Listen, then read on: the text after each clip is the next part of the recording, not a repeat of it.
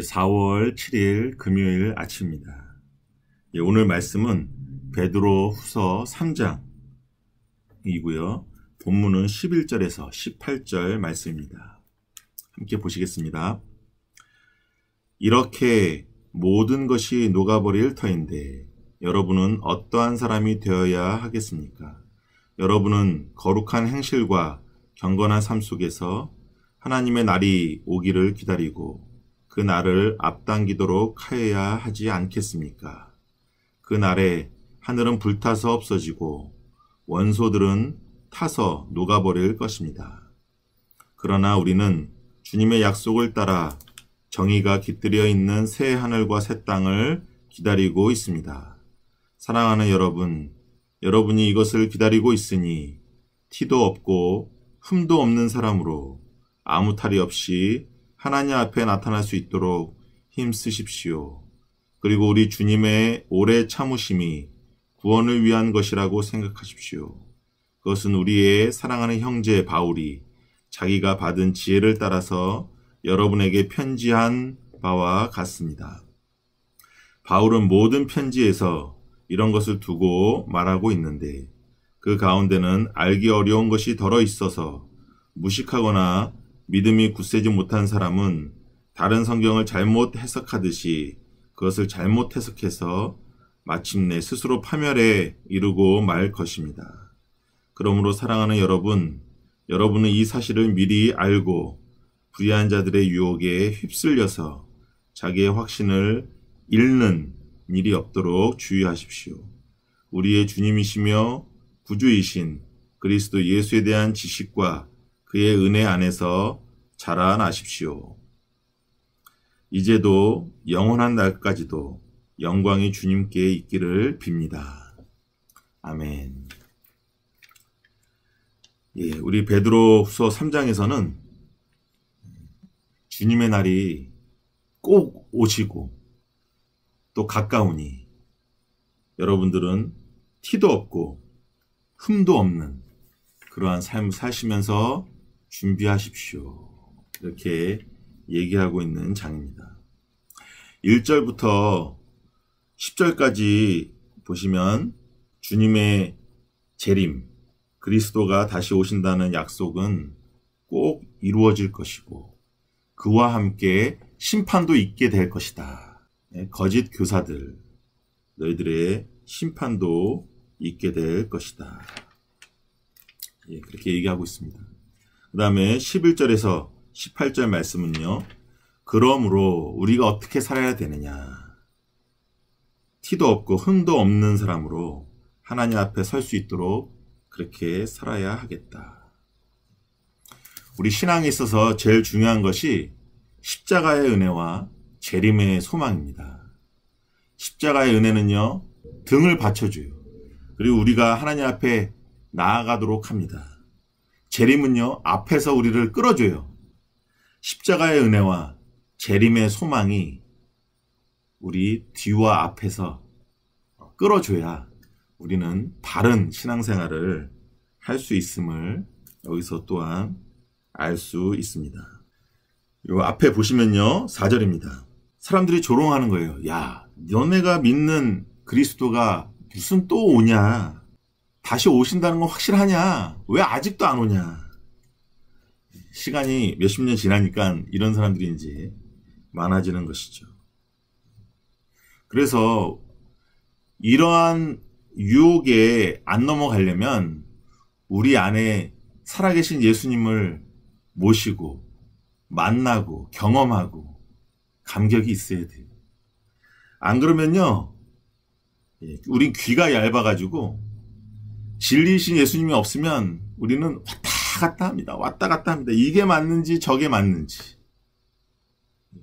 그러나 우리 안에 예수님이 살아계시면 그분이 하나님 보좌에서 육체적으로 재림하실 때 지금 오셔도 좋고 좀 기다리셔서 우리가 증언의 삶을 살아서 한 사람이라도 더 준비된 상태에서 오시면 더 은혜 아닙니까?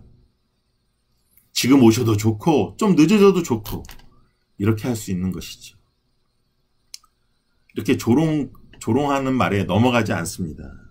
9절 보시면요. 어떤 이들이 생각하는 것과 같이 주님께서는 약속을 더디 지키시는 것이 아닙니다. 도리어 여러분을 위하여 오래 참으시는 것입니다. 하나님께서는 아무도 멸망하지 않고 모두 회개하는 데에 이르기를 바라십니다. 하나님이 오래 참으시는 거예요. 예수님이 더디 오시는 것은 한 영혼이라도 먼저 믿는 사람들 때문에 증인의 삶을 살아서 그들도 준비되게끔 예수님의 피에 자기의 겉옷을 빨아서 희게 되어서 예수님을 맞이할 준비가 될 수 있도록 하기 위해서 늦게 오시는 거예요. 이것도 은혜 아닙니까? 하나님은 아무도 멸망하지 않고 모두 회개에 이르기를 바라고 계시는 거예요. 우리 요한에슬레 목사님이 얼마나 정확하게 성경을 읽으십니까? 태초부터 멸망받을 자와 구원받을 자를 구분하시는 무서운 하나님이 아니라 하나님은 한 영혼이라도 먼저 믿는 자들을 통해 증거받고 하나님께로 돌아오기를 모두 회개에 이르기를 바라고 계시는 하나님이에요. 하나님을 누구는 구원받기로 돼 있고 누구는 저주받기로 돼 있고 이런 나쁜 하나님으로 자꾸 만드니까 구약의 하나님을 나쁜 하나님으로 자꾸 만들어버려요. 신약의 하나님은 용서의 하나님으로 자꾸 또 구분하고 이 영지주의와 그 다음에 약간 다르지만 마르시온이 바로 이랬어요. 구약의 하나님은 물질을 만든 신이고 나는 질투하는 하나님이니 질투하는 잡신이고 하등신이고 신약은 사랑을 얘기하고 용서를 얘기하는 구약과 다른 위대한 하나님이다. 예수님을 보낸 하나님은 사랑의 하나님이다. 구약과 신약을 완전 적대시하게끔 만들어 놓고 구약과 신약을 바르게 보지 못하도록 그렇게 하고 있는 것입니다. 구약의 하나님도 우리를 참으시고 우리를 사랑하시는 하나님이에요. 내가 거룩한 것처럼 너희도 거룩하라. 그렇게 우리에게 명령하시고 힘도 주시고 역사하시는 분이 모세오경의 하나님 아닙니까? 지금도 마찬가지죠. 너희가 흠없이 서기를 바란다. 그날에 예수님이 오시는 날에 같은 하나님이십니다. 그래서 그리스도가 오긴 오냐? 마지막 심판이 있냐? 이런 사람들은 막 살겠어요? 아니면은 하나님 보시기에 옳게 살겠어요? 그냥 막 사는 거죠. 이런 사람들을 갖다가 도덕 폐기론주의자, 율법 폐기론주의자, 도덕도 다 폐기하고 율법도 다 폐기하고 우리는 자유인이다. 우리는 해방되었다. 이렇게 얘기하는 사람들 조심해야 돼요. 우리는 죄에서 해방된 거고 예수님 십자가 안에 묶인 자들입니다.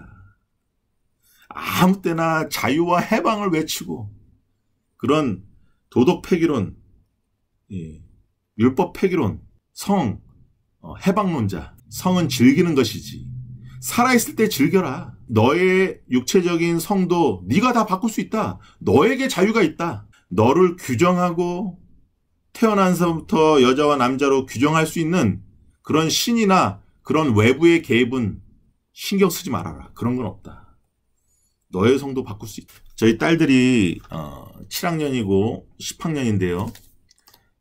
학교에 보면은 뭐 출석부인가 뭐 컴퓨터 상에도 그런 란이 있대요. 너를 뭘로 불렀으면 좋겠느냐. 분명히 육체적으로 여자아이인데도 나를 히로 불러라 그러면 he, him, his 대명사 이렇게 불러주십시오. 그런 쓰는 란이 있어요. 자기 성을 자기가 택한다는 거예요. 그럼 세상이 여기까지 왔습니다. 해방을 부르짖고 성의 해방. 너가 하나님이고 너가 너를 주관하고 너가 누군지 정체성을 너가 택하는 것이지 외부의 어떤 개입 신경 쓰지 말아라. 그런 건 없다. 완전 해방론자들이죠.